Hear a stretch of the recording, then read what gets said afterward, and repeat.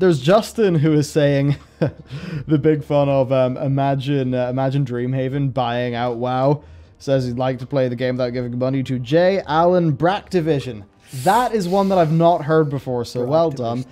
I'd say there, it's that sort of thing. Like, I don't like sort of too much, you know, doing a whole personal. It's Jab's ruining everything. Yeah. You know, it's like Jab ultimately is just a dude with a job. You know, he was a WoW producer. I was certainly surprised that he seemingly had a meteoric rise. You know, to be the successor. And, you know, it's weird because he did himself in on public relations whenever he said, you think you do, but you don't. And that's just one of those things where in his head, that was just a small pithy remark that he made. I hope that's the right definition of pithy. Maybe it's not. Who knows? You know, he just made that comment and it just sort of ran away. Obviously, Classic was a massive success. Now, that said, I have actually heard that a whole bunch of the layoffs were made using financial projections that assumed Classic doing way worse than it actually did. So I hope he doesn't have anything to do with those projections, Jab. But no, I don't like pinning, you know, stuff on people too much because, you know, a great person can be in a company in a corporate structure where they're just not set up to succeed.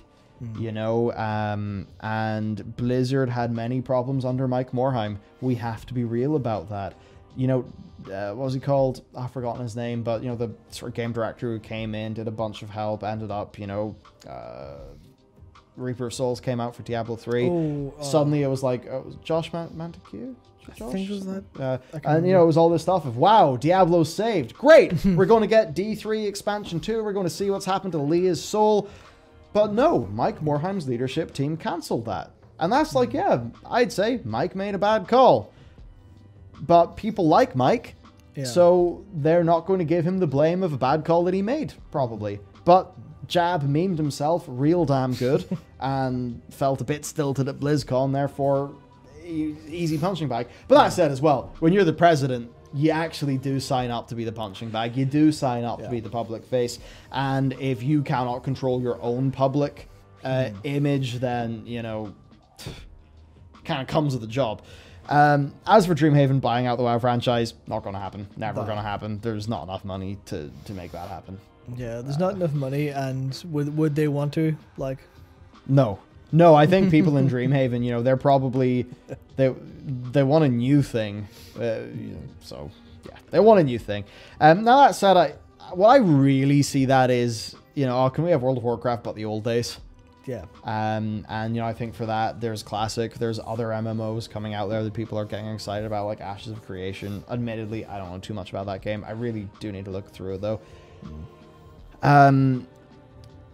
Yeah, so I guess the real meat of that question is just WoW returning to some of its more classic-y roots, you know, and I think there's not much else to say there because it's really getting to the core of so much of what we've talked about over the last month in this show. Yeah, I think if I had anything to add, I would say that this is going to be difficult. Let it die.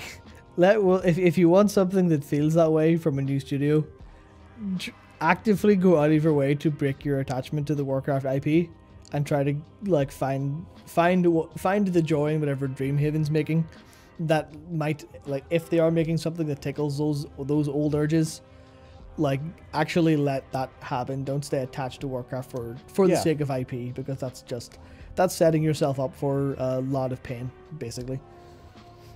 Yeah, I mean, for me, it's very much, you know, take things for what they are. If what they are is something you like, go ahead, have a fun time.